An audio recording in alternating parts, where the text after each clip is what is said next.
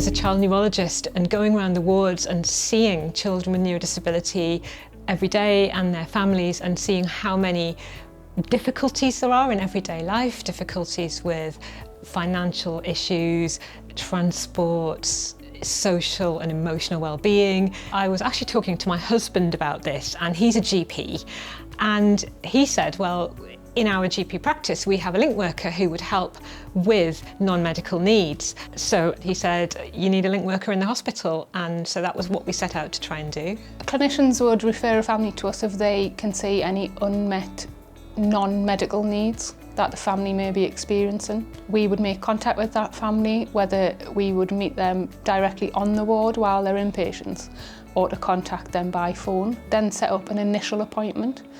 During that appointment, we carry out a sort of a needs assessment, and that's a really holistic assessment of the child, but also the whole family. First of all, we would sort of identify with the family that a service was needed.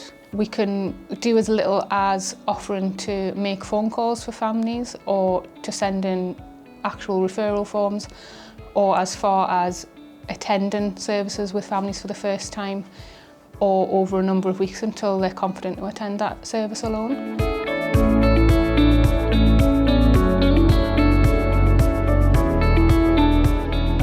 I think the Space Pilot just, to me, seems like they have a really bird's eye view of what's going on across the city, and it's a much more efficient way of being able to get that knowledge to signpost families to. A big impact I've seen from the families that I support is non-medicalising some of the support that we would provide as physiotherapists. One example of that might be we would support a child with hydrotherapy. So we might be able to support a child and the family to say, these are some things that you can do in a pool that will be a nice and helpful experience. But what I've seen from Space Pilot is then showing the family how to use that in the community. So to book into a local pool or a pool on holiday and go as a whole family. If Space Pilot was widely available, I think it would be such an asset to the whole population that we support. It's made such an impact, I know, for the families who've already been involved.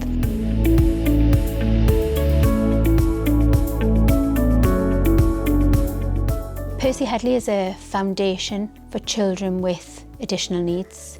Movers and Explorers is a group for children with neurological difficulties. It's a place where they can come and just explore, be themselves. I give them a chance to experience things that they might not experience at home, that they might not think of. We needed something that parents could come to and feel at home, feel as if they can chat. It's hard enough dealing with the fact you've got a child with additional needs. We often refer families into voluntary sector organisations, and that is like a really broad range of services that are available. So it could be from services that offer financial advice or housing advice, right through to voluntary services that offer play groups to families. We work with voluntary sector organisations to create pathways for families into their services. It's just good having those links. It's hard making links with other services, and I can message Lauren and say, do you have anybody else? Or we've got space. When the families come in, they talk to each other about what their experiences have been with the project, and it's all positive. And they tell me places that, oh, have you heard of this? Have you heard of that? And it's then I can then contact them to promote Movers and Explorers. To be honest, most of our parents are from Lauren's caseload, so it's been great, invaluable, really.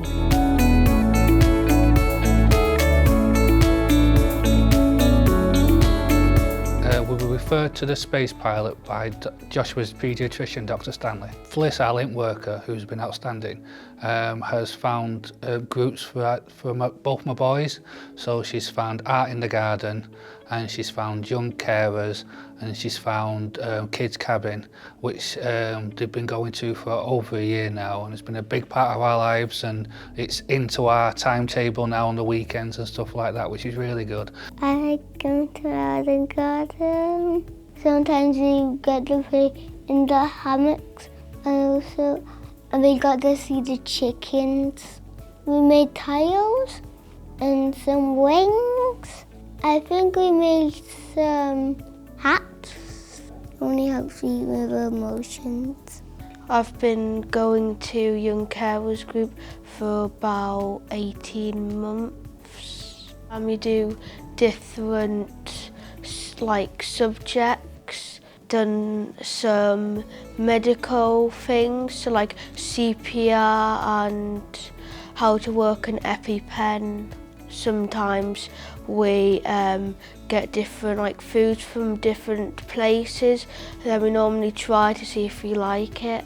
I think it's helped me because now I've realised that there's more people like me looking after another person who needs help.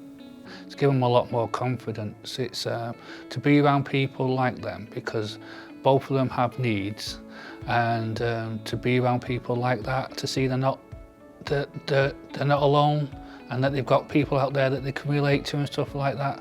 Especially when there's not a lot of people like that at the schools they go to in mainstream, it's nice to be around people you don't feel like you're different, and it's nice to have chats and stuff and around children their age with the same disabilities. So yeah, it's been a positive for them in all fronts.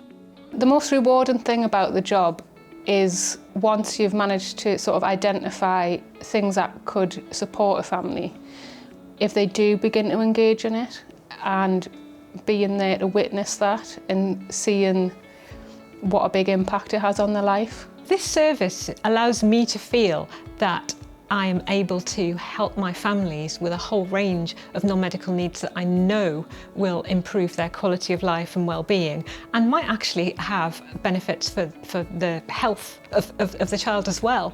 And also then that frees up my time to do my core clinical work, and it improves the quality of service that the hospital provides overall.